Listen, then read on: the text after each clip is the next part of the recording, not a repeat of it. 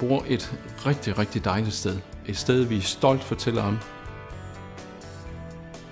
Men det gør det ikke alene. Vi er nødt til at sikre vækst og udvikling, så vi også bor et dejligt sted og synes, det er dejligt om 5 år og om 10 år.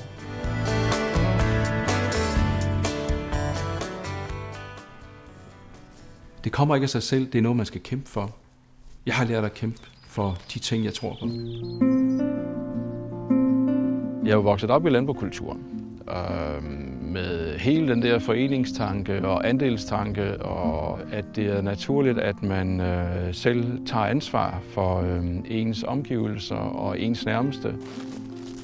Jeg har fået rigtig meget med mig, det er jeg ikke i tvivl om, at vokse op i et lille samfund, og for den sags skyld også på en lille virksomhed, et landbrug, giver rigtig meget i forhold til at tage ansvar for de ting, du har med at gøre.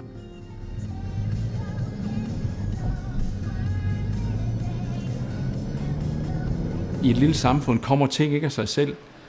Du skal være med til at skabe dem, og du skal være med til at skabe rammerne. Der er ikke andre, der kommer og løser det for dig.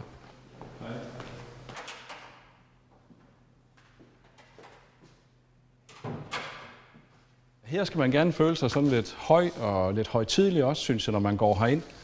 Over det ansvar og det, som der følger med og sidde i byrådet. Det er utrolig vigtigt, hvem der står i spidsen for Svendborg. Det er den person, der skal vise vejen, og det er den person, der skal få tingene til at ske. Velkommen til byrådsmødet. Jamen, jeg mener, jeg er god til at påtage mig et ansvar i forhold til at få et hold til at spille sammen. Og jeg synes også, det er en udfordring at få mennesker, som egentlig kan være meget uenige som udgangspunkt, til at begynde at se tingene i en sammenhæng, og faktisk få et fælles billede af, hvad retning vi skal i. Jeg synes, at Svendborg har åbnet sig op over de seneste 3 år. Og det vi kæmper for sammen med andre kommuner på Sydfyn, det er faktisk, at hele Sydfyn kommer ind i en mere positiv udvikling, at vi på sigt bliver mere selvhjulpende, at vi på sigt får skabt de rammer, der skal til for, at vi netop kan tilbyde et højt serviceniveau til vores borgere, også om 5 år og om 10 år.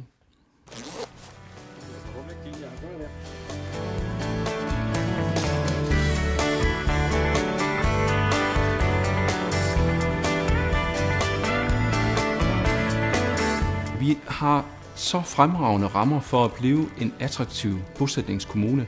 Det skal vi bygge videre på. Vi skal sørge for, at vi har kulturfaciliteter, idrætsfaciliteter, så folk bliver tiltrukket af at komme til Sydfyn og bosætte sig i Svendborg Kommune. Det er det, der på sigt skaber os en bedre økonomi og basis for, at vi har et højt serviceniveau. Altså, vi kan meget mere, end vi selv tror, bare vi står sammen om det.